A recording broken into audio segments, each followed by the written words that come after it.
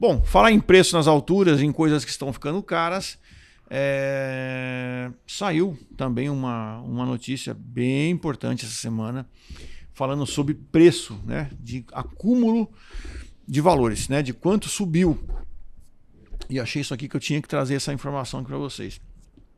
Acho que todo mundo vem sentindo isso no bolso, mas essa notícia aqui cabe aí para muita gente que fica perguntando: nossa, por que tá caro? Por que tá caro? Preço das passagens aéreas acumula alta de 118% desde a pandemia. Caramba, 118%? 118% de acréscimo desde a... Mais que o dobro. Mais que o dobro. Eu tenho aqui algumas coisas que eu posso falar, porque trabalho com isso o dia inteiro e eu tenho visto... nossa, o número de reclamações só aumenta. Tá muito caro. Ah, porque a passagem está muito cara. Eu preciso voar pagando menos. Ou estou conseguindo voar menos com o mesmo dinheiro. Então, gente, vamos lá. Depende um pouco também do olhar, do prisma. Eu vou colocar o meu olhar sobre isso, mas eu acho que não tem muito o que fugir não, tá? Vamos lá. Primeiro, no primeiro momento da pandemia, vamos lembrar que ninguém ia voar para canto algum. Então, né, eu vejo dessa forma. Ali em 2020, março de 2020, tudo foi para o chão, não tinha avião para canto nenhum.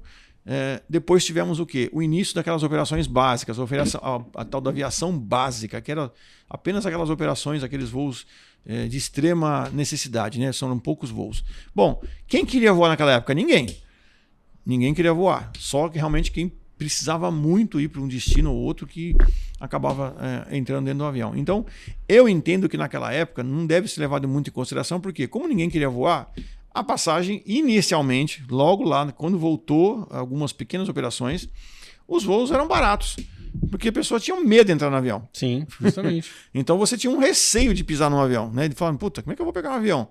Como é que funciona esse negócio? Protocolo de segurança, aquele negócio de voar de máscara, gente com luva dentro do avião. Então, inicialmente, eu me recordo disso, as passagens realmente ficaram com um custo bem baixo, porque ninguém queria voar. Porém, logo que percebeu, né, que todo mundo começou a perceber que os voos estavam voltando, a operação estava voltando e o povo queria sair de casa, as passagens já começaram a subir. Eu estava até fazendo uma reflexão quando eu coloquei essa notícia aqui. Não sei se você que está me assistindo recorda disso. Tinha locadora oferecendo, querendo locar espaço para guardar carro. Porque também ninguém alugava carro. Olha, isso eu não sabia que tinha acontecido. Pô, todo mundo devolveu. Sim. Você imagina quantos mensalistas tinham carro mensalista que de um dia para o outro você fala assim, cara, não quero mais o carro. Claro. É só ir lá e devolver. Não tem E eles não tinham lugar, para armazenar tanto carro. Aí juntou os carros que eram os carros de locação diária, mais o mensalista, não tinha. Acabou o espaço. Eles estavam colocando o carro em shopping, em supermercado, em tudo quanto era lugar, porque não tinha demanda. Porém, rapidamente a demanda de carro voltou. A demanda por locação de carro voltou antes da demanda aérea. Porque o pessoal não queria mais o transporte coletivo, né? Queria usar individual. Exatamente. Então, as diárias, né, a locação de veículo, ela explodiu. De um dia para o outro começou a bombar e as locadoras voltaram a ganhar dinheiro. Então, aconteceu isso. No caso do aéreo, demorou um pouquinho mais.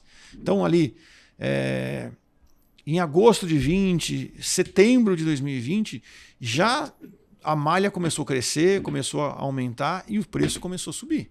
E aí não parou mais. Porém, de lá para cá, a gasolina mais do que dobrou. Pode perceber. Uhum. E o QAV, que é o querosene de aviação, também dobrou. Acompanhou. Então, dólar subiu, querosene de aviação subiu. É óbvio que a passagem ia subir. E não tem outra explicação que para nós aqui fica muito clara para mim, acho que para eles também aqui, eu quero que eles comentem. Parece que é assim, o nosso movimento, quanto mais aumenta, menos a gente tem oferta de assentos. Então, ou seja, não cresce, a oferta não cresce de acordo com a oferta. Não, exato. É que assim, oferta e demanda. Sim. Se você tem muita oferta e pouca demanda, o preço cai. Se você tem pouca oferta e muita demanda, o preço vai subir. Só que não tem, é muito caro investir no Brasil. E demora para entregar um avião hoje em dia, não tem como aumentar a oferta de assento. Não tem. Eu vou fazer um comentário aqui antes que eles finalizem a notícia, porque isso aqui veio da Confederação Nacional de Comércio, então é legal, né, que é a CNC. É bem legal isso aqui. Essa parte aqui, para mim, ficou assim, me chamou a atenção, quase que eu perdi o resto do cabelo que eu tinha na cabeça, né?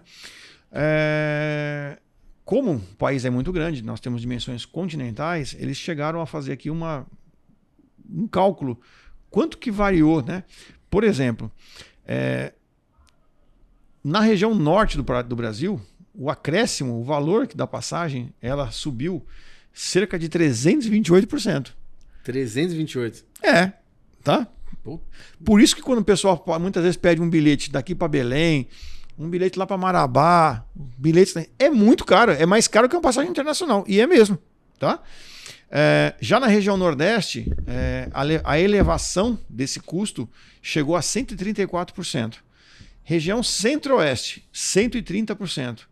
E aqui na nossa região, na região mais baixa aqui, onde, né, tem mais oferta, a nossa variação aqui dá em torno de 99%. Mas somando tudo, claro, você vê que o valor das passagens só dispara, só sobe. E aí tem Latam, Gol e Azul para ser a Proco, a coitada da Voe Pasta. A gente não sabemos nem se chega no próximo mês. Então, olha como é difícil. Tem demanda, tem muito passageiro voando, mas é o que tem hoje para entregar. Já que tem muita demanda e a oferta não cresce, a companhia fala, eu vou carregar o preço e vou recalibrar. Uma acompanha o que a outra faz. Claro. Oferta e demanda. Você empreender no Brasil é difícil, não importa o seu tamanho. Não importa se você tem uma barraquinha na esquina, sua cabeça está na frente da minha câmera aí, ó. Olha lá. Oi, isso. Oi, obrigado, desculpa, hein? Se você tem uma barraquinha ali, uma padaria, um camelô, se você tem uma companhia aérea. É difícil, é complicado fazer investimento. Não, claro. Então, dá problema. Então, você que está pagando caro na passagem, pensa bem, né? Antes de reclamar. Mas realmente, os preços subiram e tudo subiu. O preço do veículo subiu demais, o preço dos combustíveis subiu demais. Semana passada eu paguei R$55 no saco de arroz. Saco de arroz. Então, o quê? R$55. Guarda pra você vender o mês que vem. Ganha. Tem um lucro. Vai ter um lucro, vai ter uma mora. Eu vi até uma brincadeira aí que eu vi esses dias. Assim, gente, é brincadeira, não estamos falando de política aqui não, né? Mas a pessoa postando assim, pessoal, não comprem ovo de Páscoa.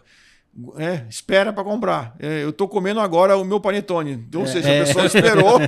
Então, você vê como é que situação, onde chegamos, né? Sim. Aonde chegamos.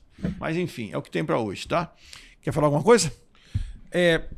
E assim, uma coisa que eu tenho reparado voando aqui internamente, né?